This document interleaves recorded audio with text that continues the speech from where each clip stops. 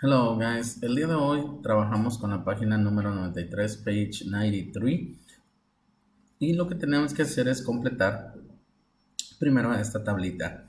Dice me, o sea, nosotros, my partner, mi compañero. Vamos a decir qué es lo que nos gusta y qué no de estas frutas, like and don't like.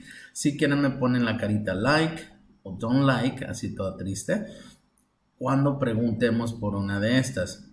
Do you like bananas? Do you like pears, kiwis, apples, watermelon, mangoes, strawberries, no, mangoes, cherries, oranges, pineapples? Ok, me, que me gusta y que no, vamos a poner ahí. My partner, vamos a preguntar si les gusta. Do you like bananas? Si les contesta yes I do, ponemos una carita feliz. Si contesta no I don't, entonces ponemos esta carita triste.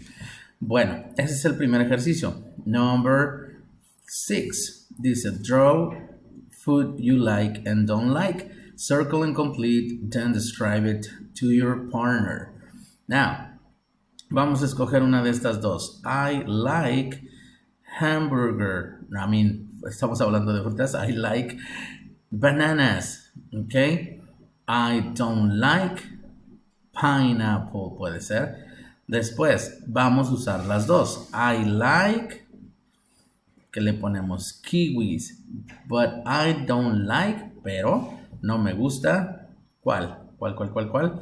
Le ponemos watermelon. What do you like? Aquí va a ir what do you like para completar esta parte, y al final vamos a dibujar las frutas que nos gustan y las que no nos gustan, así para terminar con esta página.